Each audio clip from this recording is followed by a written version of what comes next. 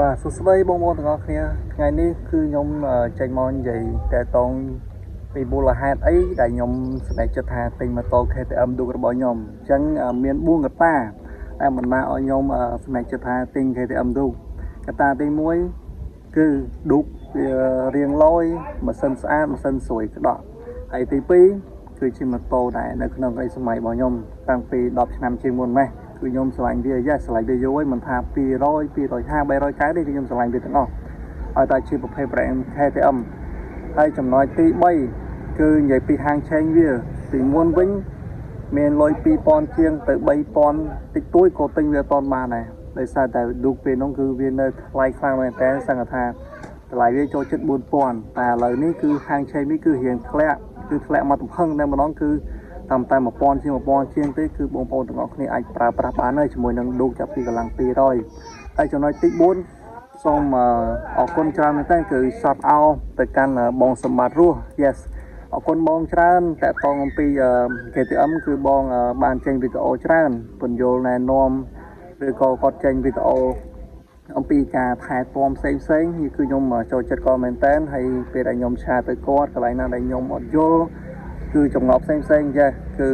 គាត់តែងតែ recommend ឲ្យខ្ញុំជា idea ល្អតកតនឹងប្រភេទ KTM ខ្ញុំគាត់ថាមកស្រុកខ្មែរគឺមានតែគាត់ទេដែលធ្វើវីដេអូនិយាយពី250អញ្ចឹងក៏ជាចំណាប់អារម្មណ៍មួយរបស់ខ្ញុំដែរដែលខ្ញុំចូលចិត្តមើលគាត់ហើយក៏ខ្ញុំជាជំរុញចិត្តដែលធ្វើឲ្យខ្ញុំទិញប្រភេទ KTM Duke នេះជីអញ្ចឹងខ្ញុំមានតែ4កត្តាហ្នឹងទេដែលខ្ញុំលើកយកមកនិយាយហើយនៅក្នុងវីដេអូនេះផងដែរគឺខ្ញុំចេញការ review តិចតងពីនឹងស្រោបដៃបាទស្រោបដៃនេះកាលពី6 7ឆ្នាំមុនគឺខ្ញុំធ្លាប់ពាក់វាគឺល្អខ្លាំងមែនតើខ្ញុំពាក់វាបានគុណភាពវាអាចទៅដល់3ឆ្នាំហើយ yes គឺជា brand របស់ KTM ប៉ុន្តែមិនមែនជាអាស៊ានគេទេគឺមកផលិតផលរបស់ហុងកុងទេគ្រាន់ថា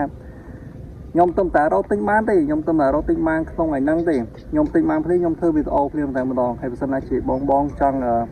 ពាក់ឲ្យស៊ីជាមួយនឹងម៉ូតូ KTM របស់យើងគឺ yes អាចទិញពីខ្ញុំបានហើយតម្លៃវាគឺតែ20000ទេហើយចេញច្បាប់ដល់ខ្លួនឯងទៅសិនណាជាបង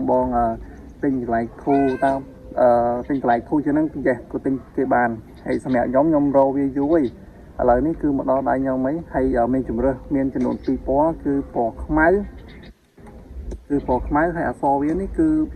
បែបលក្ខណៈថាបែបក្រហមតិចបែបក្រត់តិចហើយនឹងប្រភេទមួយទៀតគឺប្រភេទពណ៌ក្រហមគឺអាសាច់វានេះគឺក្រហមតែម្ដងក្រហមទាំងអស់ហើយកំសុំឲ្យតែ license របស់វានេះគឺដូចគ្នា KTM នេះគឺវាពណ៌បែបក្រត់ដូចគ្នាហ្នឹងហើយវីដេអូខ្ញុំគឺមានតែប៉ុណ្្នឹងទេអរគុណបងប្អូនទាំងអស់គ្នាដែលចំណាយពេលវេលាតាមដានវីដេអូរបស់ខ្ញុំតាំងពីដើមរហូតដល់ចប់បាយបាយ